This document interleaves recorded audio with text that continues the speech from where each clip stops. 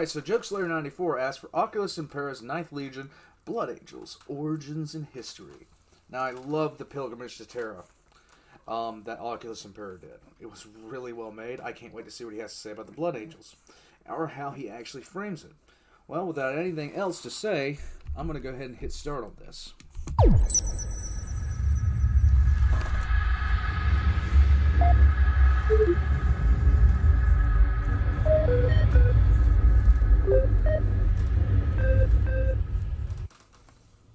It has been said that those who we employ to kill are monsters, that the act of taking a life is a transformative one that changes what a human is, warping it into something altogether horrific. Yet, throughout the history of our species, humanity has perennially employed such monsters to do that which some of us cannot: to kill, destroy, maim, butcher, annihilate. The weight of this decision has varied. Sometimes it is a last resort, unleashing that which we had previously contained only as a desperate gambit in the hour of greatest need. In others, it is an altogether colder and more calculating thing, a precise employment of those human society has deemed deviant or horrific, in a role that would see their horrible gifts used to our greatest benefit. And some, well, some are monsters of our own creation. The Emperor, beloved by all, crafted many, sculpted by his divine purpose to fulfill preordained roles. This is not meant to be a criticism of he upon the throne, far from it. If anything, he is the inheritor of perhaps the longest-standing Faustian pact in human history. That to win, to conquer, one must in turn create monsters to bathe in the blood of one's foes. Empires are built upon the backs of soldiers, and too often have these soldiers been bade to sacrifice their humanity for the sake of a brighter future. Yet, not all monsters are easily discernible. There are obvious ones, yes, the scarred and deformed, the twisted and cursed, the dead-eyed and murderous. But others wear the face of angels, appearing as heralds of something great and good, but possessing only murder and destruction in their hearts. Okay, look. The channel is called Old Man, not Volcana. Okay? Now, I understand that you want to be involved, but this random shouting and the aggression, you need to chill. Fine, I'll hold you. Come here. Brat rat. These are truly the direst of creations, monsters with the face of men, stalking amongst us. Can these twisted things ever change, though? Can a monster shuck its fangs, divest itself of its claws and wicked intent, and become something truly different? I shall leave it to history to speak for itself, and the history of the subjects of this particular chronicle. Know then, that this is a record of the great host, the red drinkers of Baal, the sons of the angel, the Ninth Legion Blood Angels. The chronicles of the Unification Wars, scattered and fragmented though they are replete with tales of heroism, of battle honors, of great victories, all attributed to the early and yet nameless Legiones Astartes proto-formations. Though most would only arise to full operational strength after Terran unity, this did not prevent them from being a decisive addition to the conflict, earning accolades that would far outstrip the soon-to-be only legendary Thunder Warrior regiments. The annihilation of the Ethnarch of the Caucasus Wastes by the 18th Legion, the fires that consumed Oriok, fanned by the 17th, and the kneeling of the Nordafric Conclave before the 15th Legion, all were victories whose tales were told the world over, and emblems of which adorned the banners of these legions as they first left the cradle of the homeworld to conquer the stars. No such honors were given to the 9th Legion Astartes. Not for them were the privileges of leading at the van, being the first unto the breach, or to plant the standard of unity atop the ruins of the enemy's empire. Around them only shadowed whispers and dread rumors float, fragmented accounts from the journals of early Imperial army soldiers or fellow Astartes. They liken the 9th to a haunting, a legion of revenants entering battle under dour ident tags, communing with no one, leaving only utter devastation in their wake. An inferno in transhuman form, unleashed to burn until only ash remained. Whereas other legions were small in number and had to be limited to precision strikes and rapid engagements, the 9th were easily the largest of these proto-formations, and the first to operate alone. Because of this, they were perennially assigned to the worst war zones Terra could offer, the most radiologically choked and toxicologically ravaged wastelands, inhabited only by mutant clans and mad psyker cults. This was no accident, nor simply by virtue of the Legion's size. It was, in a very real way, a product of their unique gene seed template. For their genetic building blocks, the 9th would take monsters and make them into angels. Mm-hmm. Poetic as this statement sounds, it was in fact very real. Whereas other legions would simply scrub all the recruitment pools for the slightest hint of genetic deviance and take the finest, strongest, and healthiest recruits. The 9th actively culled aspirants from the literal human dregs of Terran society. Whereas the 3rd Legion only accepted the scions of the oldest Terran nobility, the 9th's intake was formed of twisted and debased mutant humanity, scarred by generations of radiological and chemical sicknesses, driven into the toxic wastes by what remained of baseline humanity upon the homeworld. The 9th Legion took them all, and from this emerged a breed of Astartes removed in every possible way from the aspirants that first submitted to their bloody surgical knives. Uniformly tall and fair-skinned, they were akin to ancient, old Earth statues, their pale faces possessing a beauty that seemed to be carved from the oldest and grandest marble at the hands of a sculptor attempting to capture the image of the divine. Few amongst the twisted mutant would survive the ascension process. Astartes' implantation procedures were never easy, and it has been noted as being especially painful and torturous for those submitting to the gene seed of the 9th. Scant few would make it to the ranks, but the 9th, unlike their cousins of other legions, cast an incredibly wide and, frankly, indiscriminate net across populations no other legion would have dreamed of attempting intake from. By simple logistics and effort, the ranks of the 9th swelled to eclipse all others. While their presence was barely acknowledged in the records of Unity, they became unto a legend to the mutant tribes of Terra. In their wake, they were dogged by what best can be described as a pilgrim caravan, for through the Legion, the twisted human waste of the planet saw a chance at truest salvation, an escape from a life of cancers and diseases, of shame and constant degradation.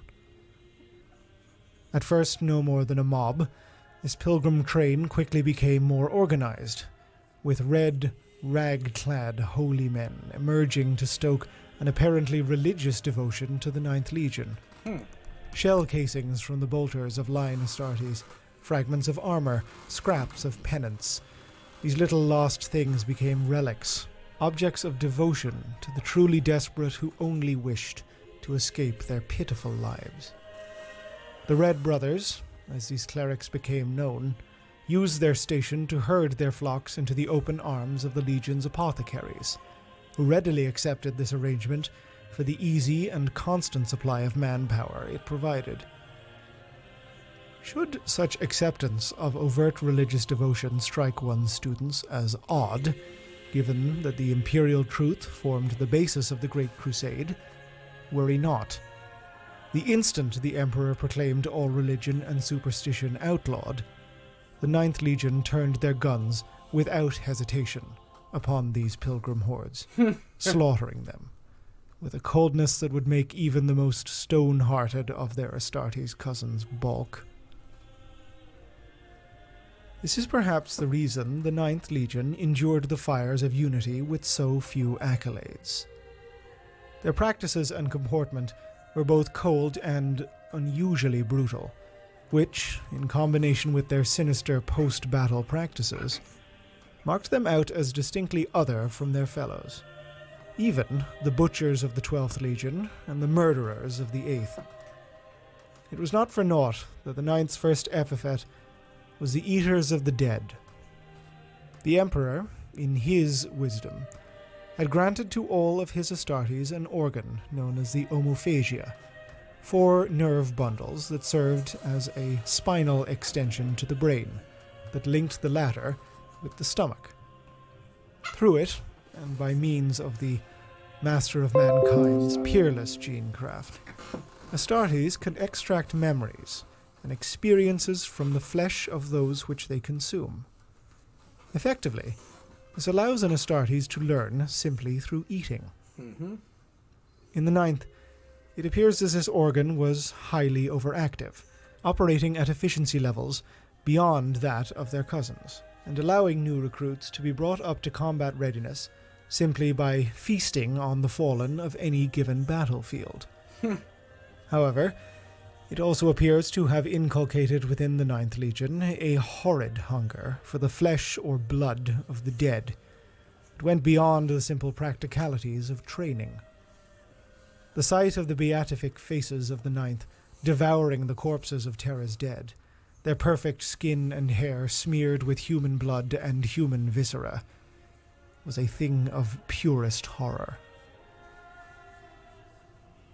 Few who balked at such brazen and disgusting anthropophagy knew of its purpose, or even the existence of the organ that granted it. But this ultimately only served to further isolate the Legion, marking them as monsters. Do you have a problem with the Blood Angels you need to talk about? Do you have a problem with the Blood Angels you need to speak about? I'm wanting to know.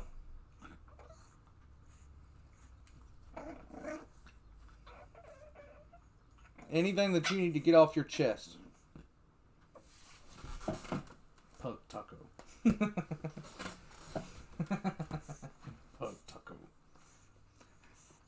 Get your pug taco today. Monsters of darkest nightmare, cannibal ghouls to be shunned and avoided.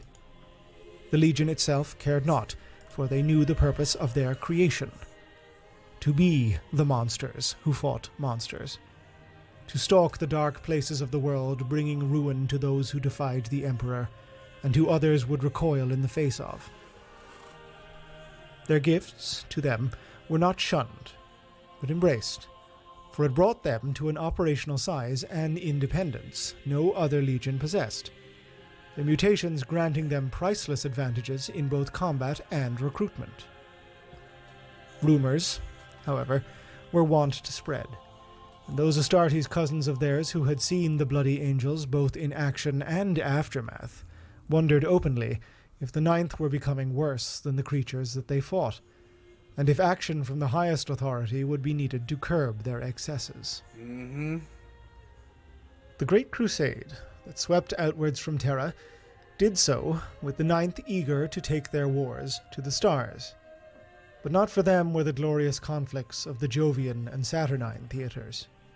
Instead, the Emperor, fully aware of the nature of his weapon, bade them make wake for Neptune, to hold at bay the Xenos and mutant slaver clans that squatted in the dark reaches of the outer planets.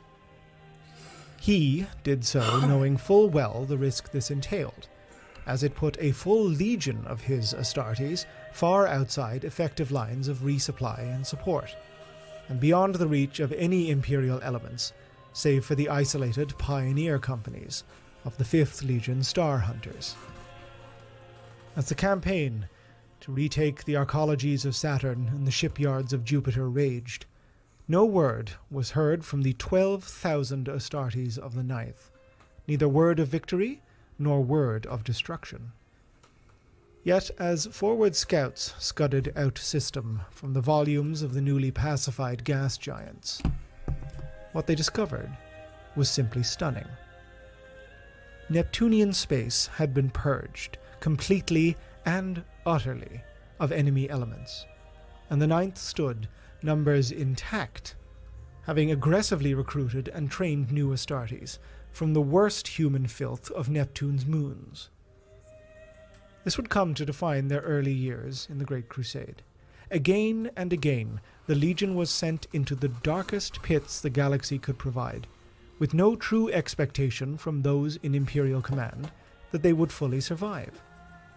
They lacked a Primarch, yet to be reunited like their cousins of the 16th Legion Luna Wolves or 10th Legion Iron Hands, and lacked the political clout that came with the popularity of the yet unnamed 13th or 7th Legions. Or the 3rd. They were not seen as dependably solid, like the 4th Legion corpse grinders, nor notably self-sacrificing, as the soon-to-be-named 18th Legion salamanders. Rather, they were simply thrown into the dark to rip and tear, to drench the soil of the worst hellholes with the blood of the worst enemies. Theirs was not the bloody fury of the 12th Legion warhounds, no. Their rage was cold, their lack of mercy not fueled by bloodlust, but instead a simple and callous disregard for the value of human life.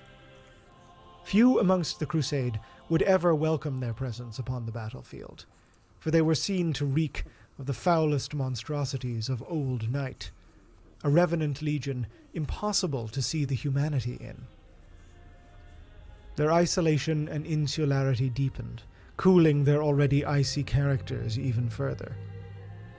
They were still part of the Emperor's plan, a cog in his mighty military machine, but an unloved and even hated one, a tool of bitter necessity that knew no friends.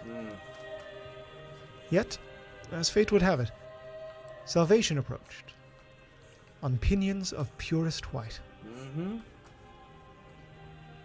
The planet of Baal was a harsh thing, a rust-red rock set amidst one of the few stable warp currents near the Maelstrom warp event. Once a thriving hub of interstellar trade, the Age of Strife had been particularly unkind to it, as some form of petty civil strife during the depths of Old Night had become a full-scale atomic conflict. So there were some legions whose Primarch actually made the Legion worse. That would be the case, most definitely, of the World Eaters. The World Eaters were made into they were just made awful by the inclusion of Angron. But that was mostly due to, in my opinion, to what the way the Emperor approached recruiting Angron, or bringing him back into the fold, should I say. Then you have Mortarion, who, in all honesty, he didn't do his Legion any favors either. The Ninth, on the other hand, was well on its way to just eventually they would. The Ninth had a worse reputation than the Eighth, and that's saying something. The Ninth actually had a worse reputation among the legions than the 8th Legion had before Sanguinius. When Sanguinius was found, it literally changed the way everyone saw the Ninth. He drastically improved the PR image of that Legion by leaps and bounds. Yeah. Collapsing a fragile ecosystem into rusty wasteland, choked with radiation storms.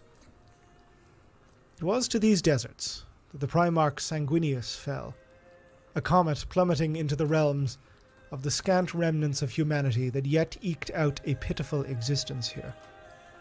For his earliest days he was alone. These are years he never spoke of, his story only beginning when he presented himself to one of the nomad herds. The contrast must simply have been breathtaking, for the 9th Primarch was truly unique. Legend refers to him as the Angel. Whilst some argue that this is allegory, it is in fact the pure and simplest truth, for Sanguinius was, in aspect, an angel of old. Feathered wings of the purest white protruded from his back, strong enough and large enough to carry him through the air in flight. His countenance was beatific, unscarred by the tumors and mutations that ravaged the humanity of his adoptive homeworld. His rise was effectively preordained. Just as the dregs of Terra had seen the 9th Legion that bore his genes as angelic saviors to be worshipped, so too did the tribes of Baal come to revere Sanguinius as a god, a divine warrior that drove back the worst of the mutant hordes that preyed upon the nomad tribes. The Angel did his best to belay these devotions, but ultimately knew it would be of no use, when his very aspect was so singular and his genetic talents so obvious. When the Emperor arrived, he found not a battle king or civil leader he had elsewhere, but a god, ill at ease with his position at the head of a dogmatic confederation of the planet's clans. Sanguinius, possessed of psychic foresight that outstripped any imperial psyker save a few, had long foreseen his father's arrival, Conrad being one of them. and the potential consequences of it. Alone, he met the Emperor, prostrating himself before the Master of Mankind in a plea to spare the lives of those devoted to him, knowing full well the severity the imperial truth would mete out upon his adoptive families. The bargain was struck, and as with the homeworlds of the 6th Legion Space Wolves and 5th Legion White Scars, the full presence and writ of the Imperium would be spared from Baal, save that which Sanguinius himself would permit. In turn, the Angel would depart with his father and serve at his side, and take his place as master of the 9th Legion.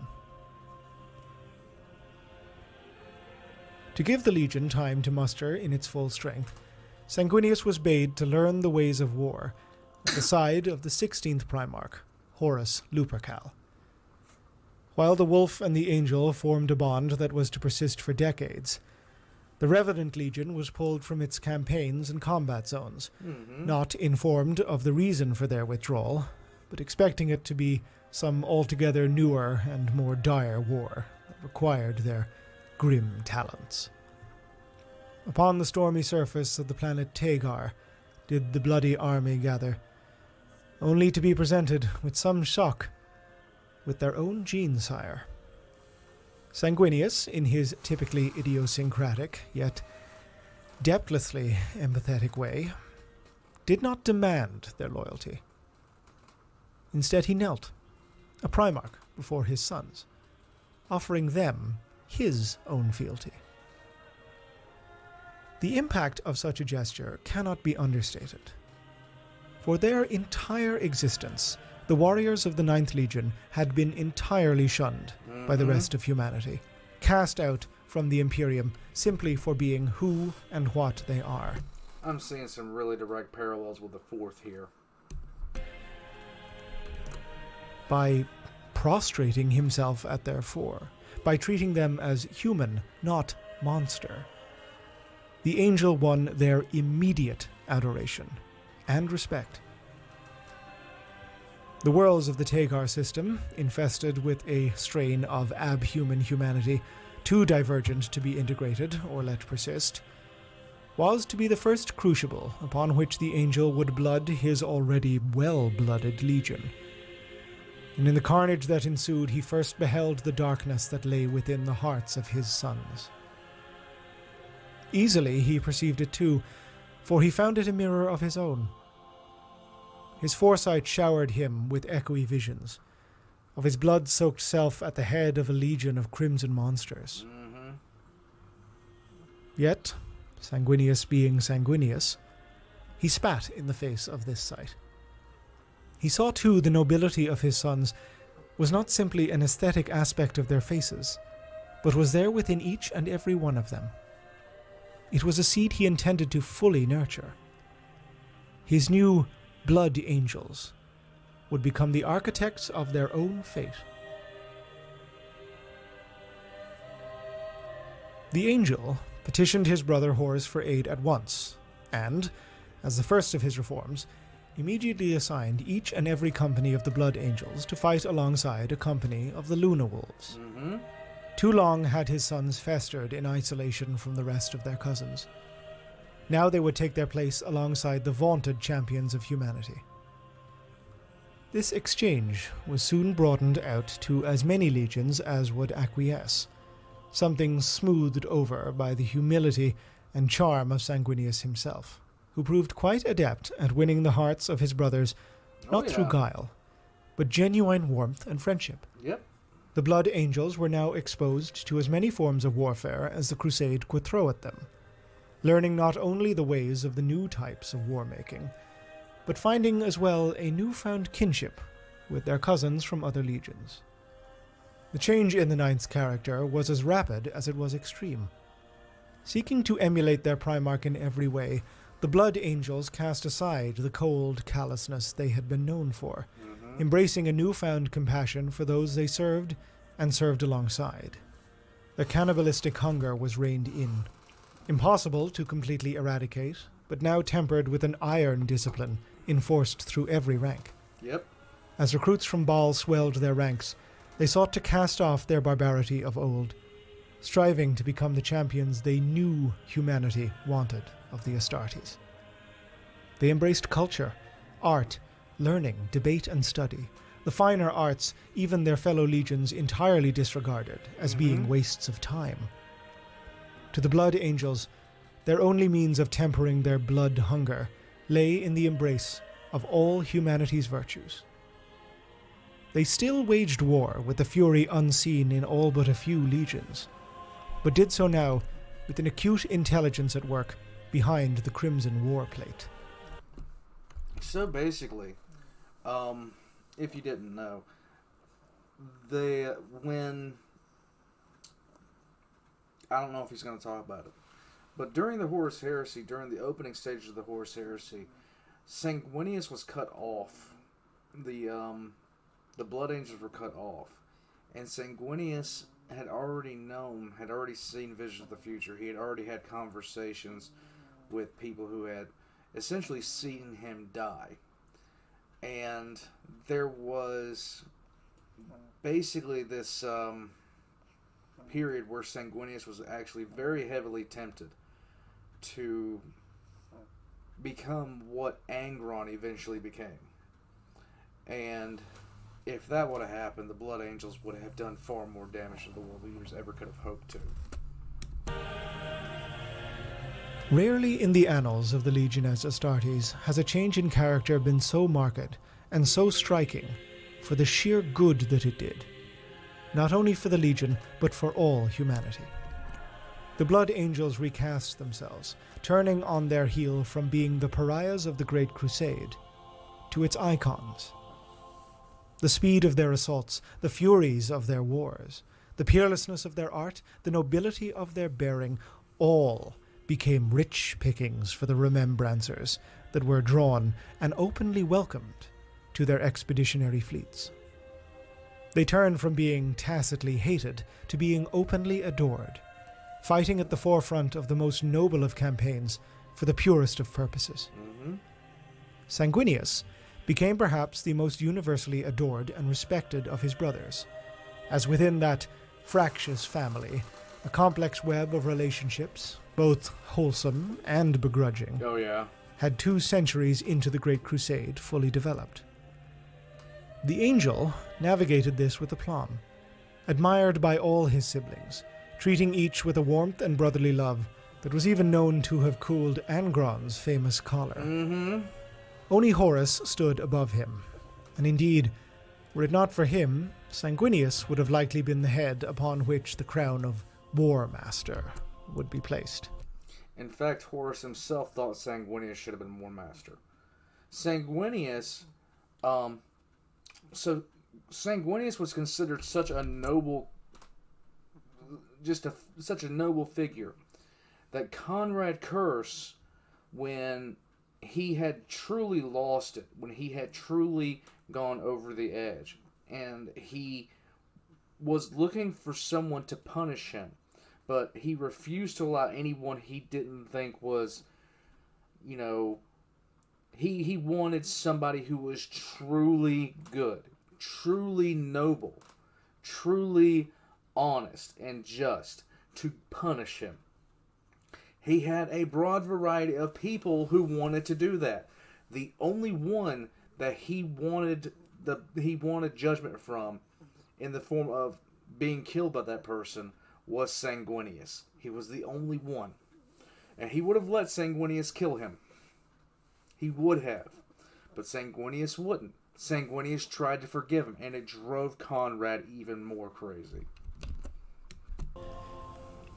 Lupercal himself, from the accounts of his Mourneval, had on his darker days openly wished it had been so. Mm-hmm. For he saw his angelic brother as embodying the truest virtues of the Imperium, and presenting the best aspects of their father to the masses of humanity. The Blood Angels followed suit, ever striving now to be the paragons their gene-sire seemed to exemplify so easily, both as cultural emissaries of humanity and as the Emperor's descending angelic justice. So, when the call from Horus came to them to prosecute the reclamation of the seemingly lost Cygnus cluster, who were they to say no? The vagaries of fate. One cannot help but dream of that possible future, where Sanguinius had been invested as War Master, at the head of a legion reborn to represent the best we could aspire to be. What a different Imperium we may have had such a thing come to pass. Alas, until such a time as I can bring myself to commit to record the terrible events of Cygnus. Ave Imperator. Gloria in excelsis terra.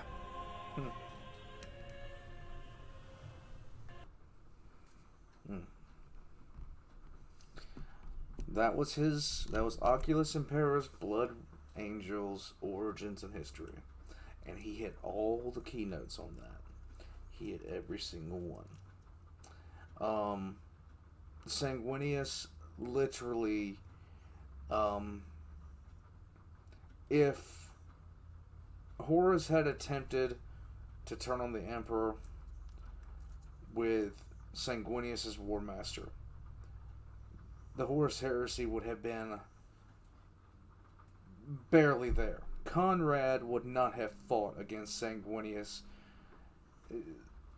as the leader of the Emperor's troops. He wouldn't have done it, I don't think. I doubt Perturabo would. Mortarion would have. Fulgrim was a special case. I highly doubt, well, Angron, of course, would have, no matter what. Any chance he had to put an axe in the Emperor would have been taken. Magnus eventually would have, but the ones that turned on the Emperor for the sake of fighting the Emperor, or because they loved Horus, they would not have turned on Sanguinius with ease. I think you might have had 5 to 6 legions maximum in the Horus Heresy, with the rest staying loyal, just because Sanguinius was who he was. In any case, I'll catch you guys next time. Yes. She wants a nap.